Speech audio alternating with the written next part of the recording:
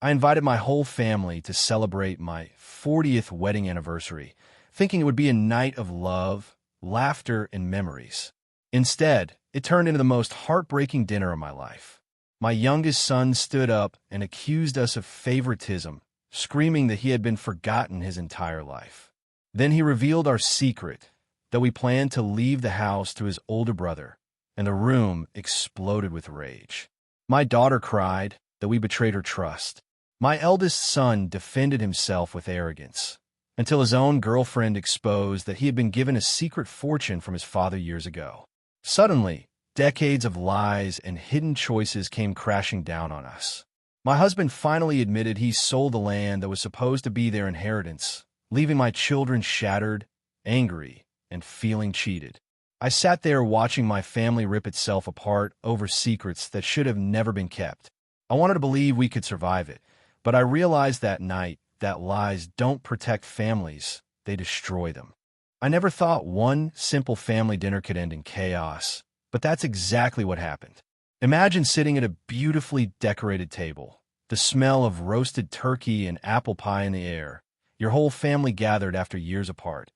And then someone stands up, slams their glass down, and shouts a secret that changes everything.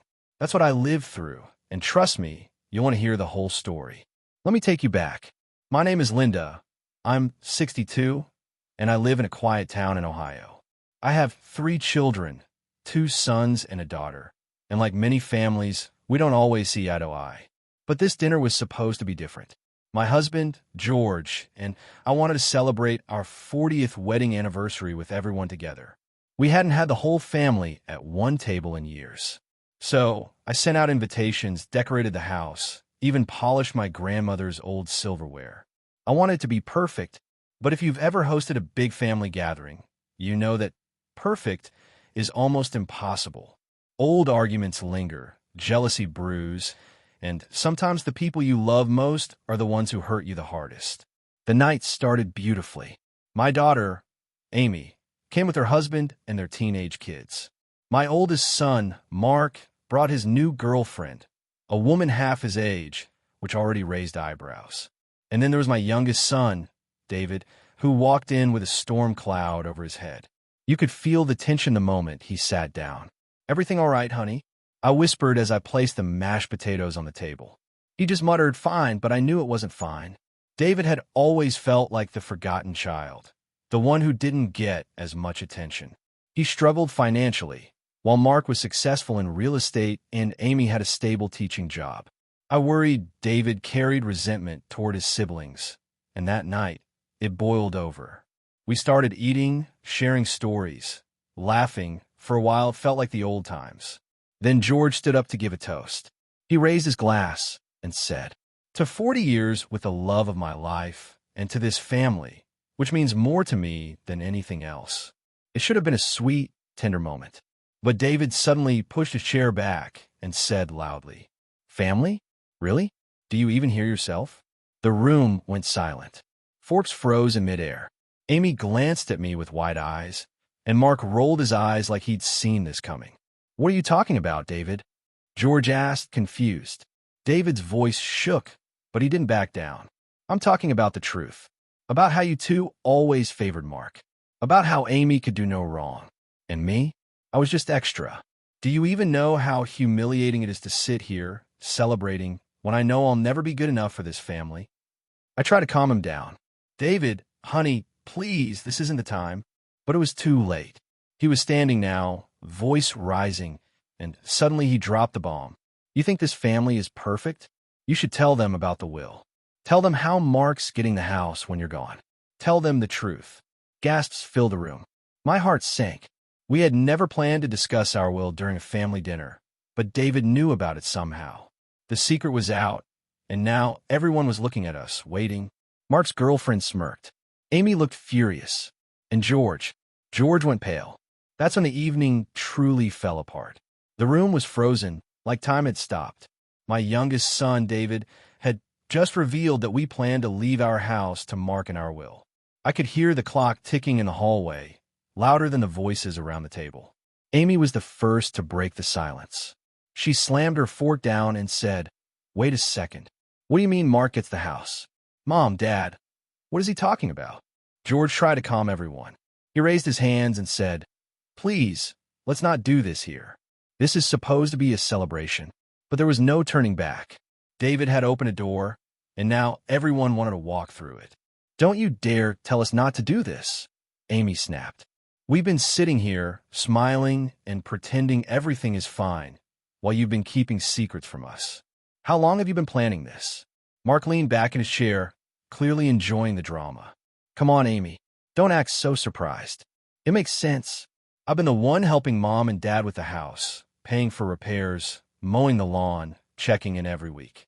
You live across town, and David can barely take care of himself. Wow, David shot back. There it is. The golden boy strikes again. You always think you're better than us, don't you? I felt tears building in my eyes. This was not what I wanted. I had imagined laughter, maybe a few happy tears, but not this ugly shouting match. Stop it, both of you. I finally cried. This is our decision. Your father and I made it together. It wasn't about favorites. It was about practicality. Mark is the one most likely to stay in this house and take care of it. David shook his head. No, Mom, that's not it. It's always been about him. Birthday parties, Christmas mornings, even graduations. You always found a way to praise Mark more. And Amy, she got the sweet daughter treatment. Me? I was just the spare. Amy looked hurt. That's not true, David. You're my brother. We love you. Love me. David laughed bitterly. You didn't even notice when I was drowning in debt, when I lost my job, when I had to sell my car. You didn't care. You were too busy living your happy little lives. The words hung in the air like smoke. My hands shook as I gripped the edge of the table. I wanted to reach out to him, to hold him, but he was too far gone in his anger. And then came another twist I never saw coming. Mark's girlfriend, Emily, leaned forward, resting her chin on her hand, and said, You know, maybe David has a point. Why should Mark get everything? Shouldn't things be equal? Everyone turned to look at her. The nerve of this woman, someone who had known our family for less than a year, now inserting herself into the most personal conversation we'd ever had. Mark frowned. Emily, not now. But she ignored him. I mean, it's obvious that Mark has had all the advantages. He already has his business, his condo, his car. Why does he need the house too? Honestly, it sounds unfair. Amy actually nodded. For once, I agree with her. George's face turned red. He hated outsiders meddling in family business. This is not your place to comment, young lady, he said firmly. But the damage was done. Emily had stoked the fire, and now it was blazing. Amy stood up and pointed at us. You raised us to believe family comes first. But what kind of family plays favorites with their children? What kind of parents hide decisions like this until it explodes at the dinner table? I was speechless. For years, George and I had thought we were protecting our children by not discussing the will. We thought we were keeping peace. But instead, we had planted a ticking time bomb, and now it had gone off. David's eyes were full of tears, though he tried to hide them behind his anger. You know what? I don't even want the house. I just wanted to matter. I just wanted to feel like I was part of this family, not the leftover scraps. Amy sat back down, shaking her head. Mark muttered something under his breath, and Emily whispered in his ear. The room felt heavy, like the walls themselves were closing in. And then George did something I didn't expect. He stood, slammed his fist on the table, and shouted, Enough! This conversation is over. We will not destroy this family over a house. His voice echoed through the dining room. Everyone went silent. But inside, I knew it wasn't over. Not by a long shot. The words had been spoken, the wounds reopened, and the trust was broken. As we sat there in silence, with plates of untouched food in front of us, I realized something chilling. This wasn't just about a house. This was about years of pain, jealousy, and unspoken truths finally boiling over. And the night was far from done. The silence after George's outburst was deafening. The clinking of glasses, the scrape of cutlery gone. The only sound was the heavy breathing of my family, each of them simmering with emotions too raw to hide. I sat at the head of the table, staring at my wedding ring, wondering how a night meant to celebrate 40 years of love had turned into a battlefield. But families are like old houses. Even if the paint looks fresh, the cracks eventually show. And that night, every hidden crack in ours was exposed. David was the first to break the silence again. His voice was shaky, but his words cut deep. You think this is just about a house? No, this has been my whole life. Always the afterthought. Always the one you hoped would just disappear. Don't you dare say that, I whispered. My throat tightened. We never wanted you to disappear.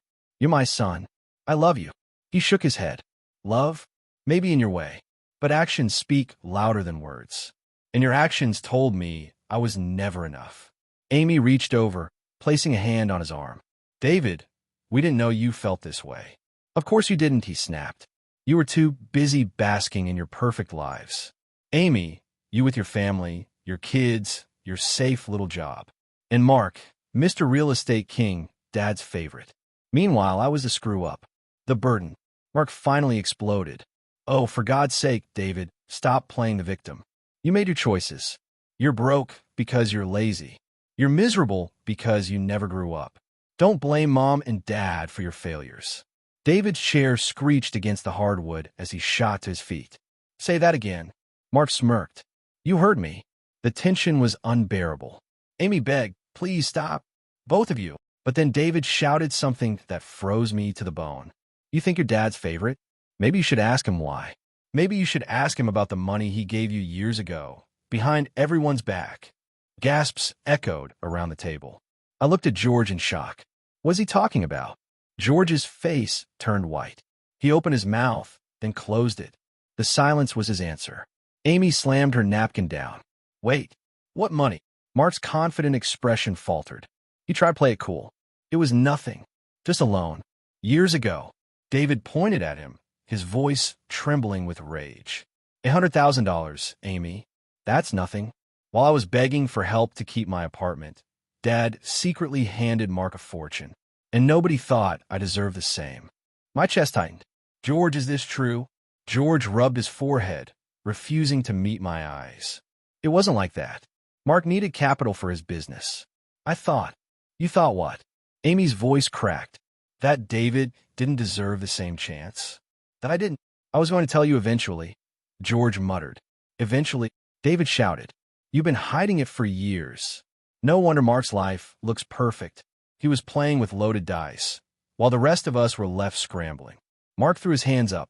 Oh, come on. I worked hard. That money didn't guarantee my success. I put in the hours, the sweat. Don't diminish what I built. David laughed bitterly. Easy to work hard when you start with a safety net. Try building from nothing. Try living with bill collectors at your door while your own parents look the other way. Amy turned to me, tears in her eyes. Mom, did you know? My voice cracked. No, I swear to you, I didn't know. The betrayal in her eyes hurt more than anything. She whispered, how could you keep this from us, Dad? The table had turned. The anger wasn't just David's anymore. Amy, too, felt robbed of trust, of fairness, of the family bond she believed in. Emily, of all people, broke the silence again. This is unbelievable. Honestly, if I were you, I'd be furious. Mark might be successful, but clearly it wasn't all his doing. Stay out of this, Emily, Mark barked, slamming his fist on the table. But she didn't stop. No, they deserve to know. Mark told me everything months ago. How his dad gave him the money. How it was their little secret. And how he was sure you'd never find out. The room erupted. Amy shouted at Mark. David cursed at George. I sat there, numb, my hands trembling. My family was shattering before my eyes, and I didn't know how to stop it. Finally, George stood again, his voice low but firm. Enough. Yes, I gave Mark the money. Yes, I should have told you. But I did what I thought was best at the time. And I will not sit here and be torn apart for trying to help my son succeed. Your son, David spat. No, your favorite. That's what he is. And the rest of us? We were just disposable. The weight of his words crushed me. My son, the boy I had rocked to sleep, kissed on scraped knees, and prayed for every night, truly believed he was disposable. The dinner was in ruins. The food had gone cold. The wine glasses stood half empty, untouched. And yet, nobody moved, because we all knew this wasn't finished. The past had finally come crashing into the present, and the damage was irreversible. And then, just when I thought it couldn't get worse, Amy whispered something that made my blood run cold. "If you kept that secret, what else are you hiding?" Amy's question cut through the room like a knife. "If you kept that secret, what else are you hiding?" I saw George stiffen, his jaw tightening. My husband, usually so calm and steady, looked cornered. And in that instant, I knew there was something else. "George," I whispered, "please tell me there's nothing more." His eyes darted to mine, then to the children. Silence. That silence told me everything I didn't want to hear. David leaned forward, his voice sharp. "Oh, this should be good. Go ahead, Dad. Let's hear it. What other lies are you keeping from us?" Amy's face was pale, her hands shaking. "I swear if there's more." Finally, George spoke. "It's not what you think. It was years ago, before things settled down." "Before what?" Amy pressed. He swallowed hard. "Before you were born, Amy. Before David was even a thought. Back when Mark was little." Mark frowned. "What does this have to do with me?" George's voice was low, almost ashamed. "I made mistakes. Financial mistakes. I got involved in something risky. And when it fell apart, I borrowed money from your grandfather. A lot of money. Money that was supposed to be split between all of you one day." Amy gasped. "What?" I felt the blood drain from my face. "George, you never told me this." "I didn't want to burden you," he said quickly. "I promised myself I'd pay it back before it ever mattered. And in a way, I did. But that's why things were always tighter when you were kids." David shot up from his chair. "So that's why I had to share a room in a falling-apart house. That's why Mom was clipping coupons while you acted like everything was fine. I did it for all of us." George snapped. "If I hadn't, we might have lost everything." Amy's voice cracked. "But we did lose something. You robbed us of fairness, of trust." Mark leaned back, suddenly uneasy. "So let me get this straight. Not only did you give me money in secret, but you used our inheritance years before we even knew it existed." George's face hardened. "I had no choice." David laughed bitterly. "There's always a choice. You just never chose us." The tension in the room was unbearable. Every word was gasoline on an already raging fire. Then Amy, usually the peacemaker, said something that shocked me. "You know what? Maybe David's right. Maybe you and Mom never saw us as equals. Maybe you always had favorites. And maybe Mom knew more than she's saying." My heart dropped. "Amy, no. I didn't know. You have to believe me." But she just shook her head. "How could you not? How could you live with him all these years and never suspect anything?" Tears fill my eyes. Because I trusted him. Because he was my husband, and I believed in him. I never thought he'd keep secrets from me. Emily, ever eager to stir the pot, leaned forward again. "Wow, sounds like this family is built on lies. First secret loans, now lost inheritance. I can't imagine what else might come out tonight." "Shut your mouth." Mark snapped, but his voice was weaker this time. Amy looked straight at her father. "Tell us everything. Now, or this family is done." George's hands trembled as he set down his glass. He looked older in that moment, like the weight of all those secrets had finally crushed him. "There's one more thing," he admitted. The room collectively held its breath. "When my father died, he left behind more than money. He left property, land that should have been divided between all of you. But instead, I sold it. I sold it years ago without telling anyone. I used the money to keep the house, to keep us afloat. And I never told you because I knew. I knew you'd never forgive me." Amy's mouth fell open. David staggered back like he'd been punched. Mark's face turned red with rage. "You sold our inheritance?" Amy screamed. "The land that Grandpa always said would belong to all of us. I didn't want you to grow up with nothing." George shouted. "I wanted stability. I wanted this house, this home, to stay in the family. I did what I thought was right." David shook his head in disbelief. "Right for who? For you? For Mark? Certainly not for us." Mark's fists clenched. "You gave me money while lying about everything else? Do you realize how bad this makes me look? Like I was part of the scheme." Emily smirked. "Well, you did benefit from it." Mark glared at her, not helping Emily. Amy stood, tears streaming down her face. "All my life, I thought this family stood for love, for honesty. And now I find out it's been built on secrets, lies, and favoritism. I don't even recognize us anymore. I reached for her hand, but she pulled away. George slammed his hand on the table. Enough. Yes, I made mistakes, but I did it to protect you. I did it to keep us together. David's voice was cold. You didn't protect us. You divided us. And tonight proves it. The weight of his words silenced the room. For the first time that evening, no one shouted. No one argued. We just sat there, broken pieces of what used to be a family. And then David whispered something I will never forget. Maybe this family doesn't deserve to stay together. The words echoed in my chest like a death sentence. The anniversary dinner was officially destroyed. The love I had hoped to celebrate was buried under betrayal, bitterness, and anger. And yet, deep inside, I knew the night wasn't over. Not yet.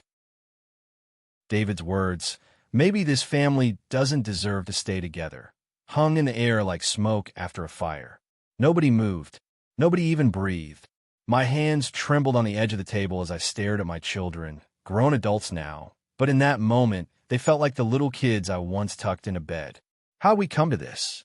George sat slumped in his chair, his face pale, his shoulders heavy. He looked like a man who had finally lost everything he tried to hold together. Amy was shaking with anger, her cheeks wet with tears. Mark looked torn between fury and shame. And David, my sweet, wounded David, stood like a soldier who had finally declared war. It was Amy who broke the silence.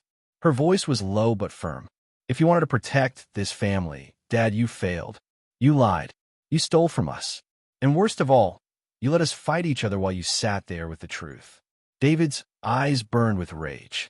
And you wonder why I always felt like the outsider. Now you know why. Because deep down I was.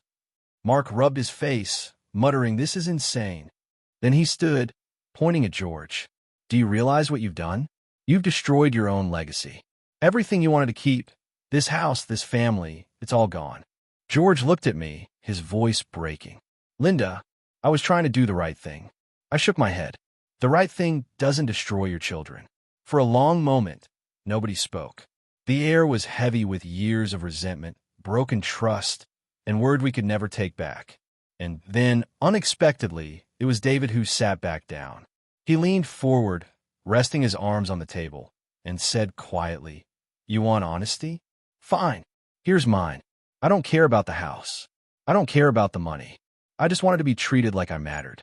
That's all I ever wanted." Amy nodded through her tears. "Same. I never cared about who got what. I just wanted fairness." Mark finally sighed. His arrogance, his smugness, it slipped away for the first time all evening. He looked at his siblings, then at us, and said, "Maybe I didn't realize how much I had.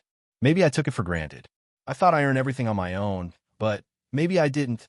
And if that's true, then I owe you both an apology." David blinked, stunned.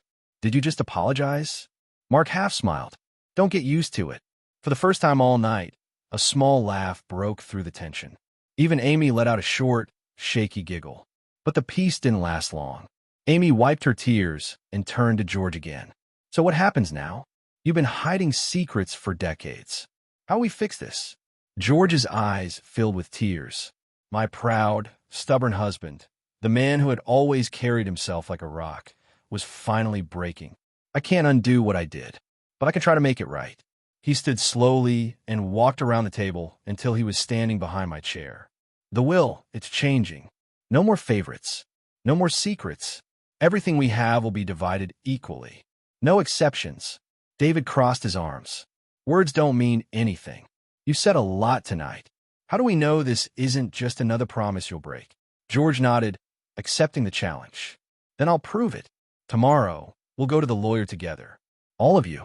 And I'll make it official." Silence again, but this time, it wasn't the heavy, suffocating silence from before.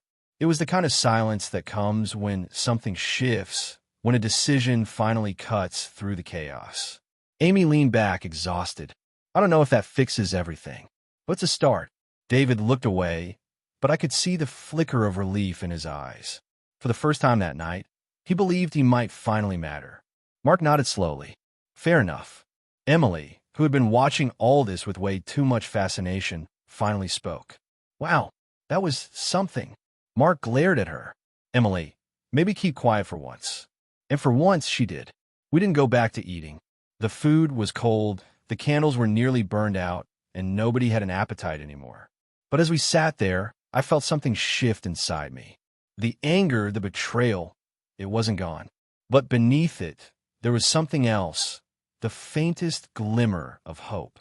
Later that night, after everyone had left, I walked through the empty dining room. The silverware was still out, the plates stained, the chairs pushed back at odd angles. It looked like the aftermath of a storm. But as I blew out the last candle, I realized something. Maybe the storm was necessary. Because for years, we had painted over the cracks, pretended everything was fine. But you can't build a strong family on lies. And that night, as painful as it was, ripped everything open. Maybe now, finally, we had a chance to rebuild. On truth this time. The moral? Secrets don't protect families. They destroy them. Honesty may hurt, but lies will kill. And as I crawled in a bed beside George, both of us too tired to speak, I thought, 40 years of marriage, and maybe tonight was the hardest test of all. But at least now, the truth is out.